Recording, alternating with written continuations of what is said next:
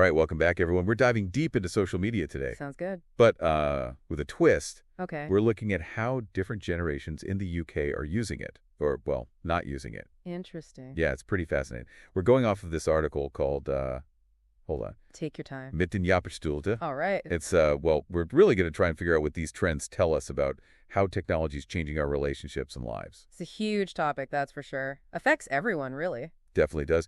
So let's kick things off with, well, a group that's getting really active online. Okay. Grandparents. Ah, interesting. Right. The article it points out that the over 55s, they're on track to be the second biggest group on Facebook in the UK. Wow, really? Yeah. There's like 3.5 million users between 55 and 64, Okay. and then another 2.9 million who are over 65. That's a lot of people. That is. It really shows you how older adults are, becoming more comfortable with technology. It's like they're trying to stay connected, keep up with everyone. They don't want to get left behind. Exactly. Plus, it can really help with, that feeling of being isolated that some older folks experience. Yeah, that makes sense.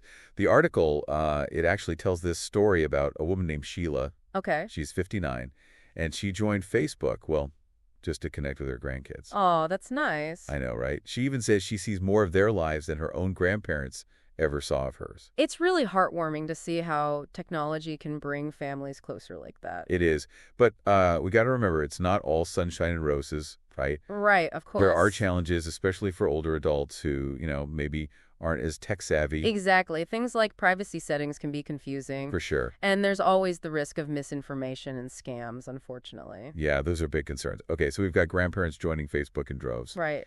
But now for the flip side, Okay. teenagers, What about them? they're ditching Facebook like it's hot. Interesting. So where are they going? All sorts of places. Instagram, TikTok. Ah, the video stuff. Exactly. The article says there are only like 2.2 million Facebook users in the UK under 17. Huh. That's a pretty small number. Right. It's like Facebook's become the family hangout spot. Makes sense. Teeks probably find it boring. Totally. They want something faster, more visual. Yeah, like TikTok, those quick videos. Exactly. They even talk about this 15-year-old Chloe. Okay. She sleeps with her phone, checks it first thing when she wakes up, last thing before bed. It's become like an extension of themselves almost. Totally. Makes you think, though, about how much these phones are a part of young people's lives. Yeah, for sure. And not always in a good way. Right. There's got to be downsides, right? Definitely. I mean, think about it. Social isolation, problems sleeping. All that screen time. Exactly. And it can really mess with their mental well-being, too. It's a tough situation. You've got Sheila connecting with old friends on Facebook. Right. And then you've got kids like Chloe who might be missing out on actual face-to-face time. So does technology really connect us or just isolate us more? It's the million-dollar question. It is. It's not like technology is good or bad in itself, right? It's how you use it. Exactly. Are we using it to actually build relationships or just as a way to avoid real connection? Good point. Speaking of relationships, let's bring parents into the mix. Okay. The article talks about this guy, Peter, 38 years old, 2 teenagers. Sounds like he's got his hands full. He does, and he's dealing with, phone and laptop addiction himself. Oof, that's tough. Right. So he decided to switch back to one of those old-school phones. Like the ones with just buttons. Yep. No apps, no internet. Wow, that's a big change. It is. He does it evenings and weekends, wants to set a good example for his kids. Makes sense. But just ditching the smartphone might not solve everything. Right. It's more about the habits. Yeah, why are you on the phone so much? Stress, boredom. Fear of missing out. Exactly. You got to deal with that stuff first. For sure. Still, it makes you wonder, will we see more people trying to cut back on their digital lives? It's an interesting trend. Maybe people are starting to realize that balance is important. Maybe. The article definitely leaves us with that question hanging.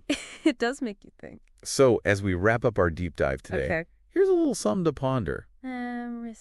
If you had to choose, would you rather be constantly connected, always have information at your fingertips, or would you choose focused, quality time with people you care about?